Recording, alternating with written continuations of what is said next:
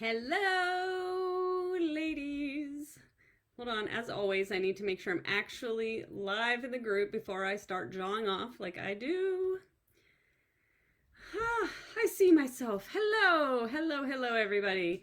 I hope you're having a great Wednesday. I hope you're having a great week. I don't know where you all are, but the weather has been pretty fucking fantastic. Um, so I hope that it has been great for you too. I'm here in Nashville. We were in like 70 today. I'm originally from Northeast Ohio, so I have lots of friends up there, and I've seen that it was in the 70s up there too today, which is pretty freaking great. Anyway, I hope it's awesome wherever you are. I also saw that pitchers and catchers reported today, so if you're a baseball fan, like I'm a baseball fan, you're probably pretty fucking stoked about that because I know I am. That means that it is almost spring, and let me tell you how much this girl does not do winter. So, yes, pretty freaking stoked. We're going to talk today about protein.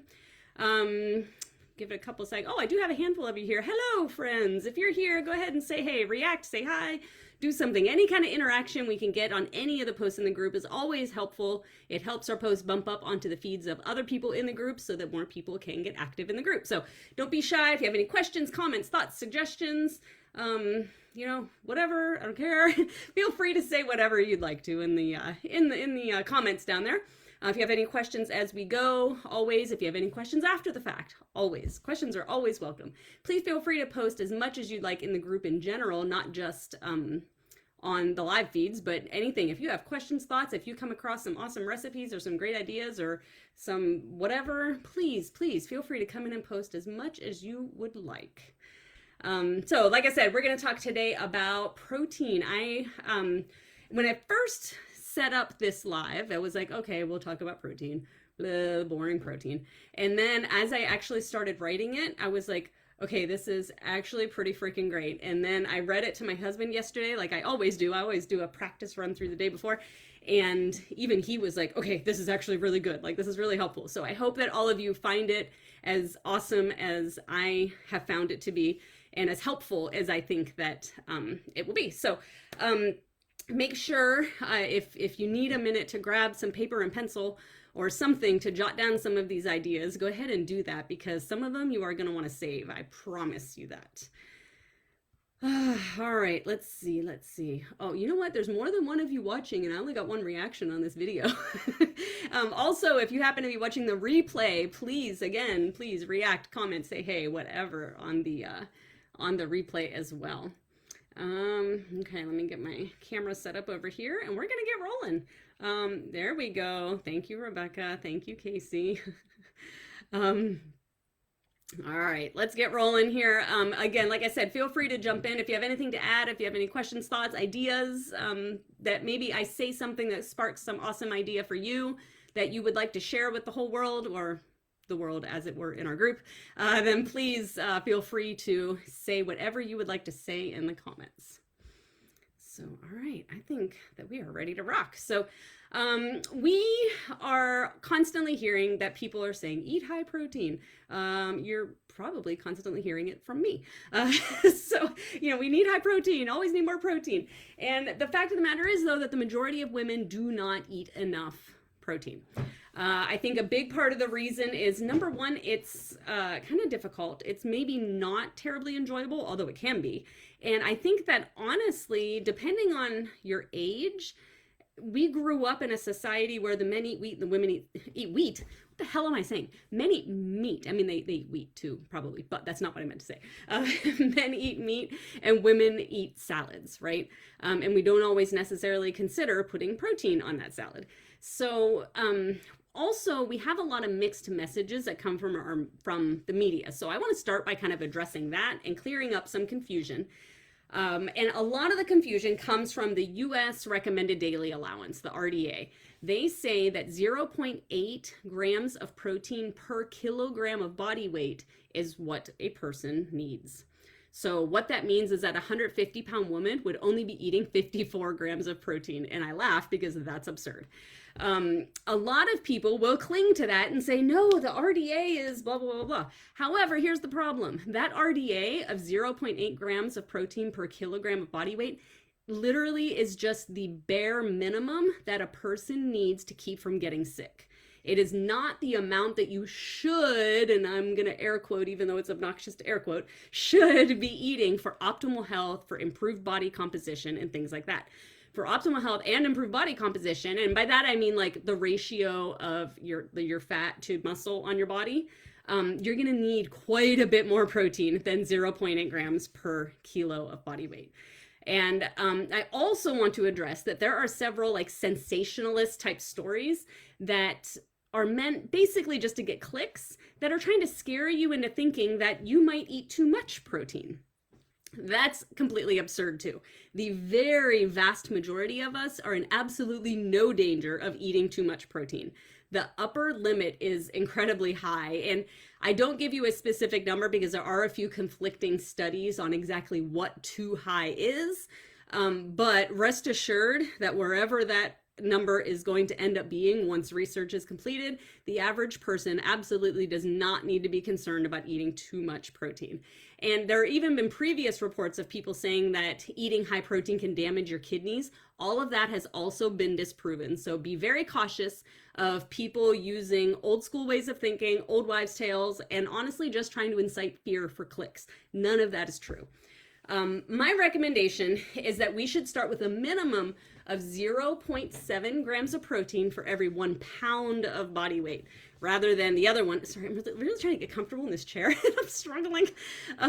Rather than the RDA says 0.8 grams of protein per kilo of body weight, I say 0.7 grams per 1 pound, and that's just a minimum starting point. So once you're consistently getting that, then I recommend you slowly increase your protein until you're at roughly 1 gram of protein per 1 pound of body weight, or if you are overweight, 1 pound of your ideal body weight. And I don't mean ideal body weight as like what you have in your head that you wish you weighed. I mean ideal body weight like scientifically. You can look that up based on your height. So for a 150-pound woman, I would start her around 105 grams of protein. Then we would slowly increase up to 150 grams of protein. I would add only about 5 or 10 grams a week, as long as digestion is feeling good, because too much protein too quickly, if your body's not used to it, can definitely create some interesting side effects, mainly in the form of probably a lot of farts, potentially some constipation. I've not really heard much diarrhea, but constipation and a whole lot of very interesting smelling gas is the main side effects that I hear. So adding protein slowly. So if you're not eating a lot of protein right now, please don't jump to 150 grams right away. Take it easy, take it slow, track to see where you are now, and then make a plan. So why is all this protein important? So a very short list includes decreased risk of heart attacks in women, improved bone density, increased feeling of fullness, so you're a lot less likely to overeat. It also helps you maintain your muscle mass when you're in a calorie deficit so that you lose fat and you don't lose muscle. Low calorie diets can have you losing both muscle and fat, but eating high protein helps keep you from losing your muscle. And that, my friends, is the answer to yesterday's truth or myth question that I posted in the group.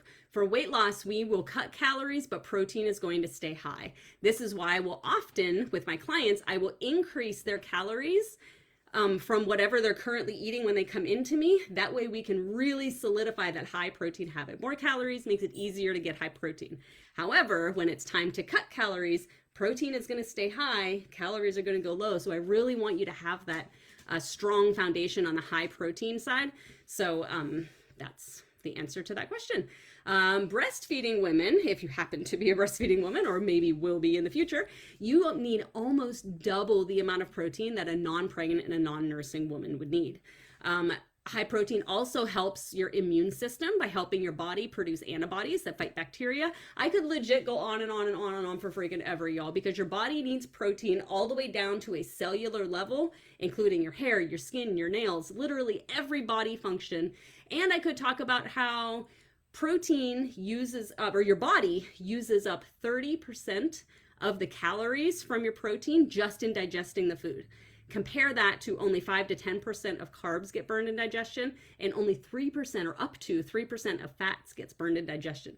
30% of protein gets burned in digestion. So when we're talking about weight loss, high protein is absolutely key.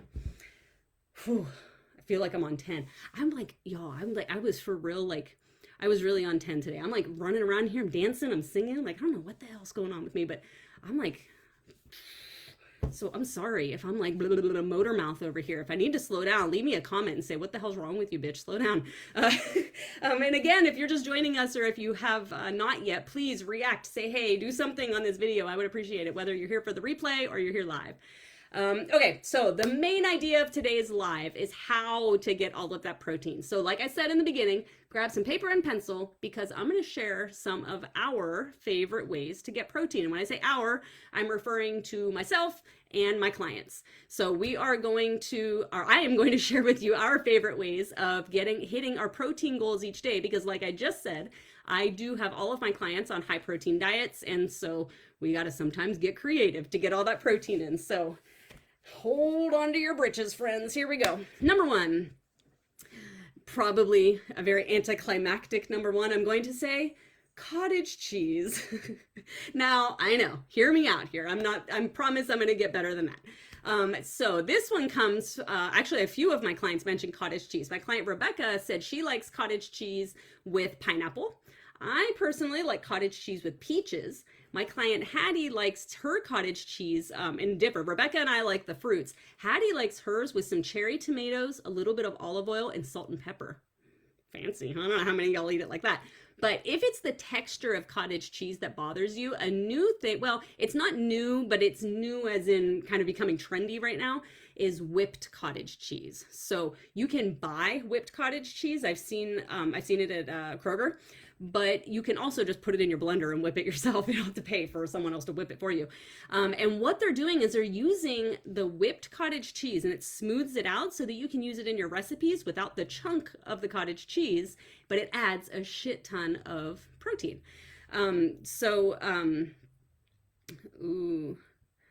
Oh, yeah, man. Bianca just said she likes to make the copycat Starbucks eggs bites with cottage cheese. I'm pretty sure Hattie told me about that one too, my client Hattie. Yeah, and do you whip it, Bianca? Do you whip it up so that it's like smooth?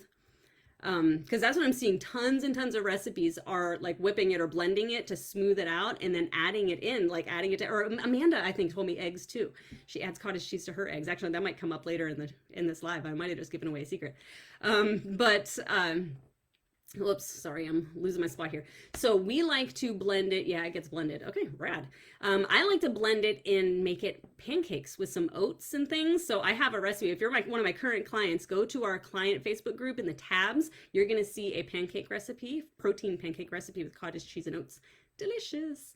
So my point with all of this is that if you don't like the texture of cottage cheese, that doesn't mean you have to avoid cottage cheese forever. There are lots of other ways to use it because that protein is worth it. And cottage cheese is a casein protein versus a whey protein, which is great to have before you go to bed at night because it will keep you from feeling like you're starving to death in the morning because it digests even slower.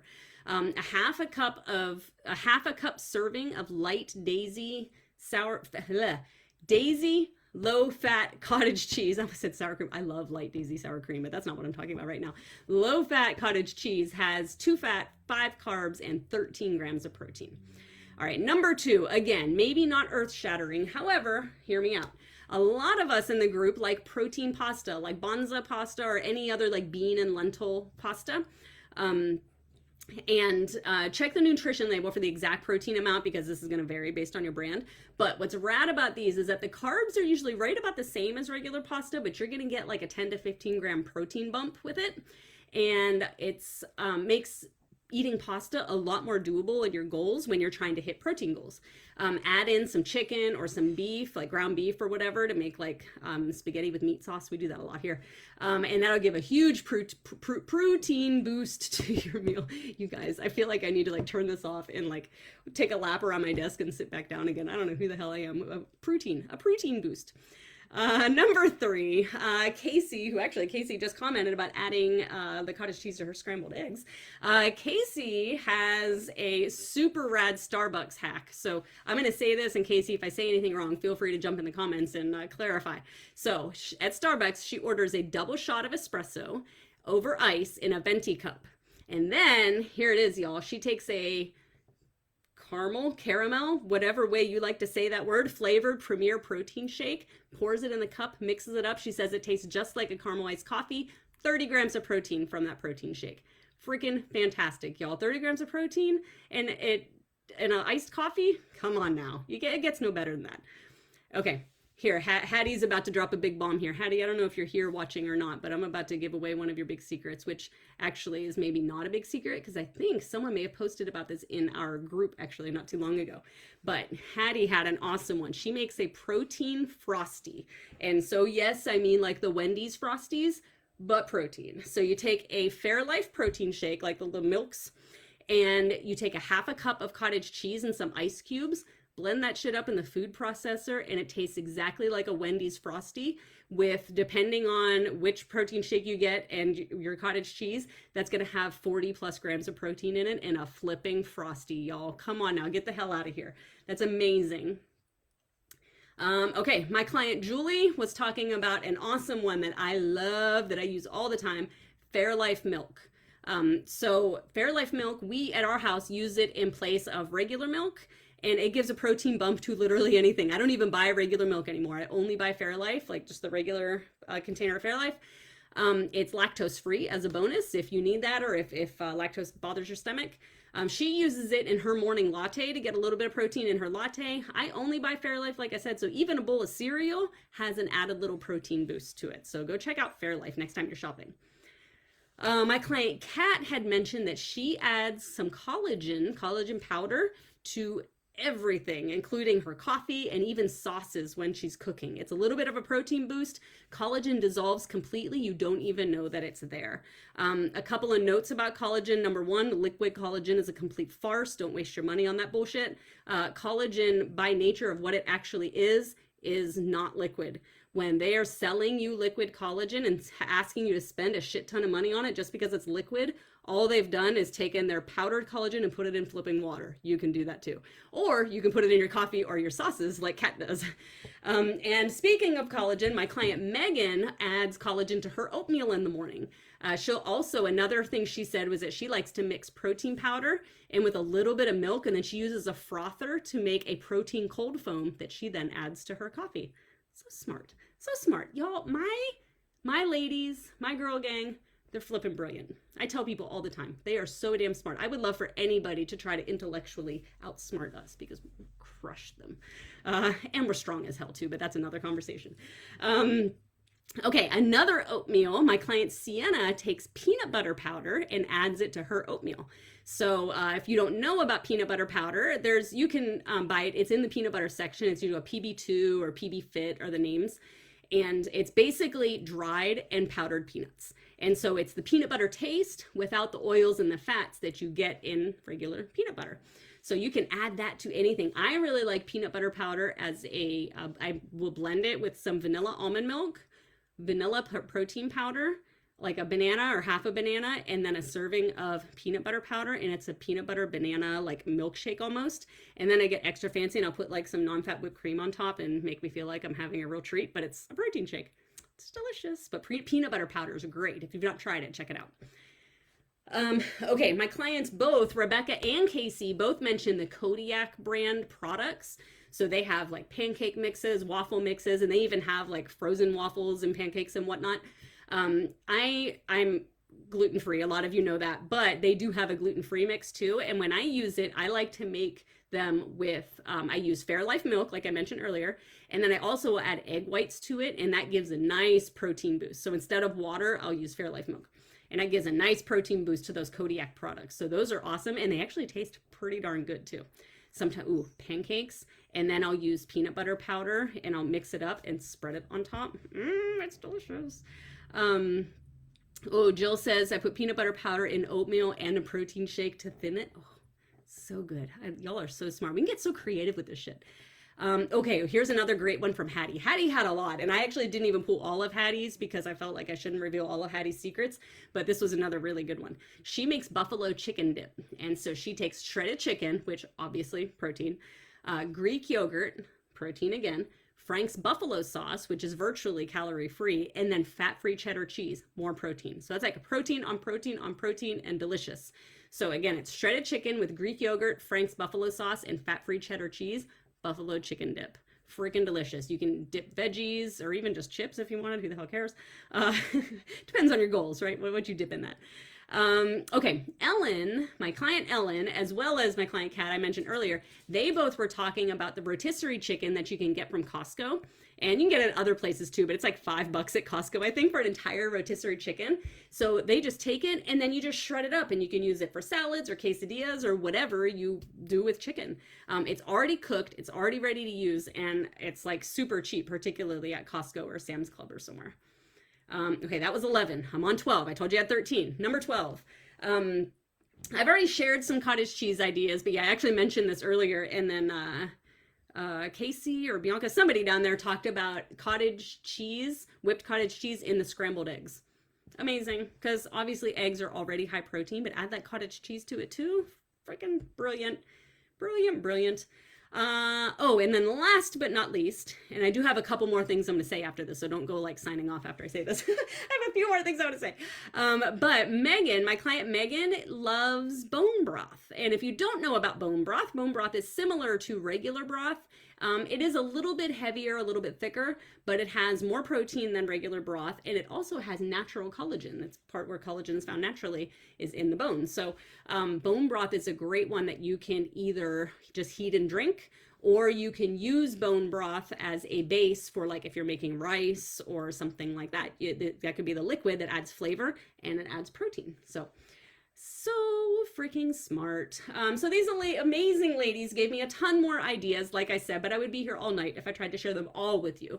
So maybe I'll save some for another live later, but hopefully we gave you some new ideas and new ways that you can help get your protein in, or some new, even if you don't take these exact ideas, maybe it triggered another thought that you can try. And if you do try something, please come back to the group and post and share it with the rest of us, because we all like it. So aside from those specifics that I just gave you, my biggest piece of protein advice that I can give is to make sure you're having a high protein breakfast. When I don't get a lot of protein at breakfast, it is absolutely difficult, if not impossible, for me to catch up on my protein throughout the day. So aim for at least 30 grams of protein at every meal, plus some snacks, and that's a good baseline to start, and then you can adjust as needed for your specific numbers. But if you can aim for a good 30 grams of protein per meal, that's gonna get you definitely on the right track. So any other super rad, freaking fantastic protein ideas you have, leave those in the comments. Share the love, please. And then join me back next week for another live that has yet to be determined, because I haven't figured out what I'm going to talk about. But if you have ideas for what you would like me to talk about, please share that in the comments too. I'm always looking for new ideas, and sometimes, honestly, the hardest thing that I can do is come up with what the hell I'm going to talk about in these lives. So yeah, make sure you come back next Wednesday. And then in 2 weeks, we're going to meet with my client Ellen, and she's going to talk to us about her journey in healing from disordered eating, which is an incredibly important topic that I hope everybody comes back to hear, because this is going to be a really, really, really, really great one, I promise you. So remember to eat your protein, drink your water, go do something new and be adventurous this week, and I will catch y'all next week. Have a great week.